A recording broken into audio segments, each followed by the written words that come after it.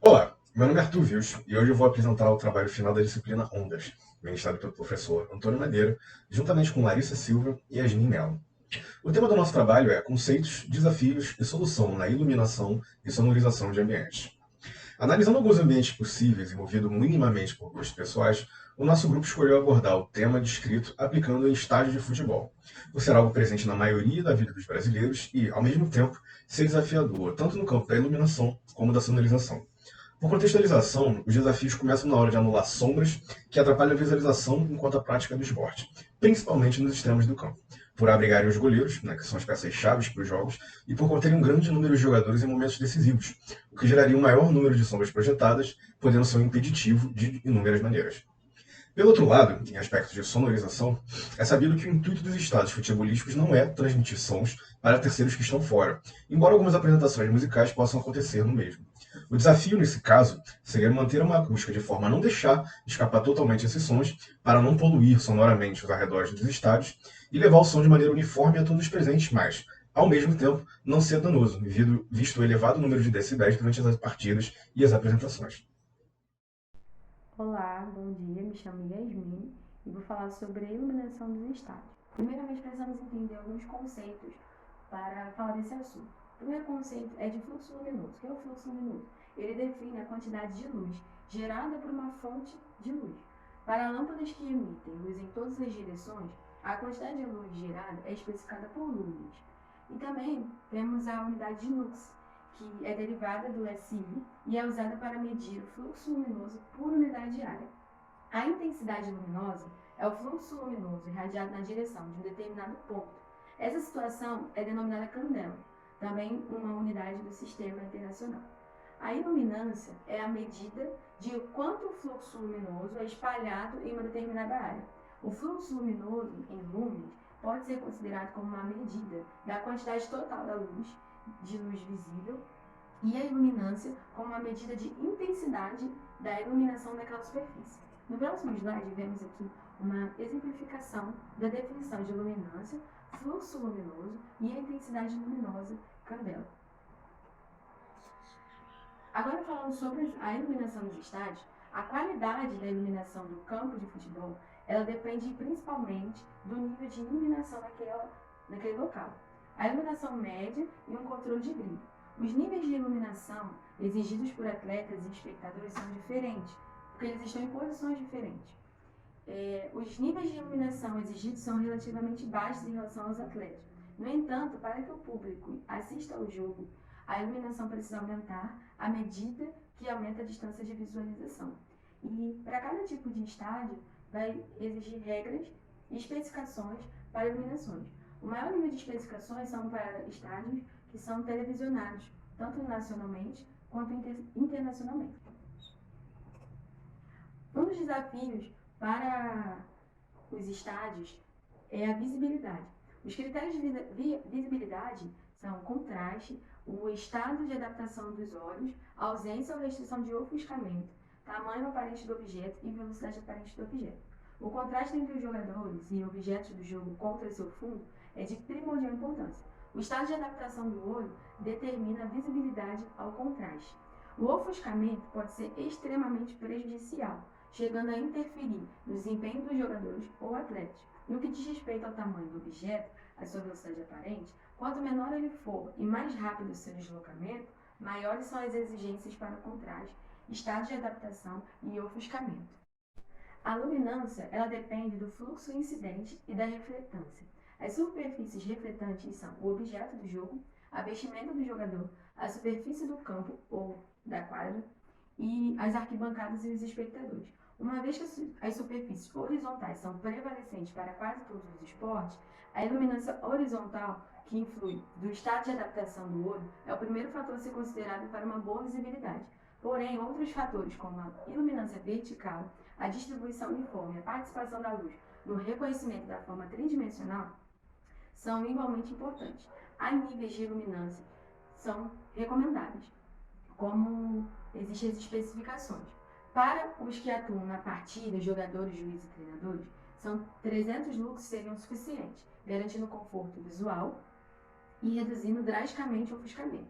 Já para os espectadores, precisa 750 lux, são necessários para uma boa visão, mesmo que o campo fique mais distanciado, como é o caso de pistas de atletismo em volta do campo. E para a transmissão de TV é exigido geralmente 1.400 lux. A iluminância horizontal é uma iluminância adequada e importante para criar o devido contraste do objeto do jogo e jogadores ou atletas com relação ao fundo. E a iluminância vertical é essencial para o reconhecimento dos objetos, especialmente em torneios e jogos profissionais com grande número de espectadores, como competições televisionadas. É considerado num plano vertical perpendicular sobre a linha de visão do espectador. Outro desafio é a uniformidade de iluminação. A iluminância horizontal deve ser uniforme de maneira que toda a área fique bem iluminada. A uniformidade vertical é igualmente necessária para tornar os jogadores bem visíveis em qualquer ponto do campo. Uma boa qualidade de uniformidade é conseguida através de uma focalização adequada dos projetores.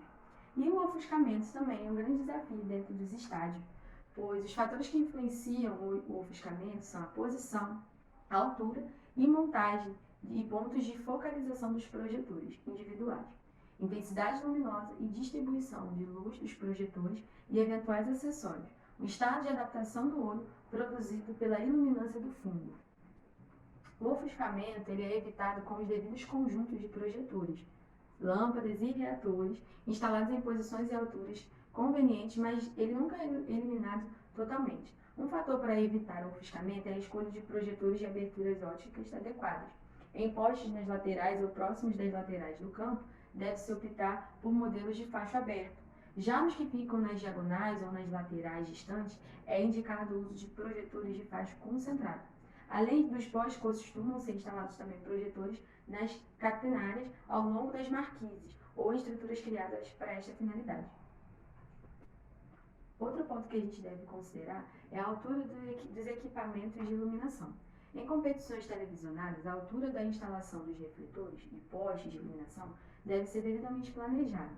A altura que deve ser adotada para a instalação dos refletores laterais e postes é a que possibilita um ângulo de no mínimo 25 graus entre a reta proveniente da fonte de luz mais abaixo, situada sobre a linha do horizonte até o centro do campo, e a linha horizontal formada pelo campo. Aqui temos uma imagem que, de acordo com o manual da FIFA sobre o tema, a luz que ilumina o gramado é proveniente de refletores que têm altura determinada pelo ângulo formado sobre a linha horizontal do campo. Por isso deve ser respeitado um ângulo mínimo de 25 graus no meio do campo do jogo até o ponto final da arquibancada. Essa abertura pode ser variável, mas não pode ultrapassar 45 graus.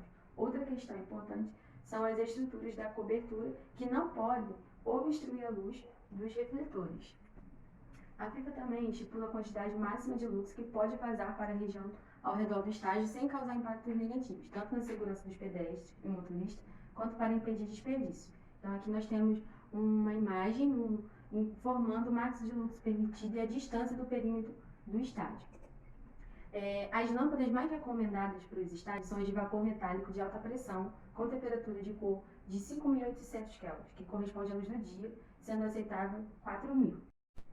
E as tendências para os estádios na questão de iluminação esportiva é o desenvolvimento de projetos luminotécnicos integrado à moderna arquitetura dos espaços, com o uso de equipamentos cada vez menores, mais leves e eficientes. Em projetos que necessitam de lâmpadas a vapor de 2.000 watts, hoje são especificadas as de 1.500, com vantagens. A maioria dos estádios que tiveram seus sistemas de iluminação modernizados nos últimos anos estão com este tipo de lâmpada, como é o caso do Morumbi, o Internacional de Porto Alegre, o Mangueirão e o Maracanã, entre outros.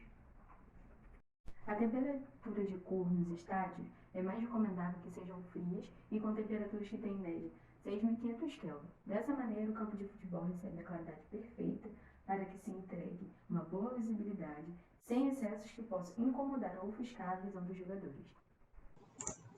Agora falaremos um pouco sobre a sonorização.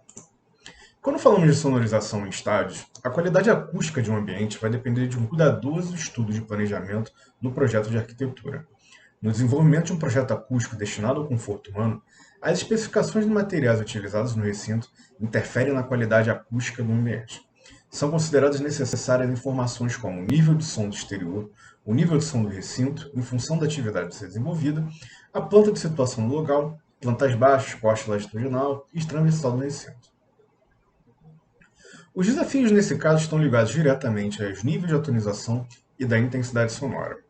Quando a gente fala de níveis de atenuação, a análise de níveis de atenuação de ruído através de barreiras acústicas em áreas próximas a estádios podem contribuir para futuros projetos de arquitetura e urbanismo, com relação à especificação de materiais, definição da implantação, influenciar na volumetria dos edifícios que forem projetados nessas áreas. Quando falamos de intensidade sonora, outro fator relevante está relacionado com os altos níveis de intensidade sonora registrado em áreas próximas a estádios durante jogos e logo após os jogos. Fator esse que pode reduzir o bem-estar e o sossego de todos os moradores de uma região. Uma das técnicas utilizadas para atenuar isso é colocar junto na fundação, junto na construção, uma liga composta por lã de vidro e alvenaria. Nesse caso, os materiais agem como uma parte da composição acústica muito importante. Além da forma, os materiais ditam o comportamento em som referente à sua dissipação e ajudam a controlar o controle dos ambientes, evitando o descontrole acústico em causa tratando muitas situações, como, por exemplo, os sons emitidos por locais de eventos desportivos. Como exemplo, temos o caso do Estádio Allianz, que em 2014, um tão novo estádio, foram apontados por moradores da vizinhança uma melhoria na qualidade acústica interna, que eliminou grande parte dos ruídos externos. Seu projeto acústico contou com uma grande construção composta por alguns elementos, que, combinado com as soluções de lã de vidro, formaram uma barreira acústica.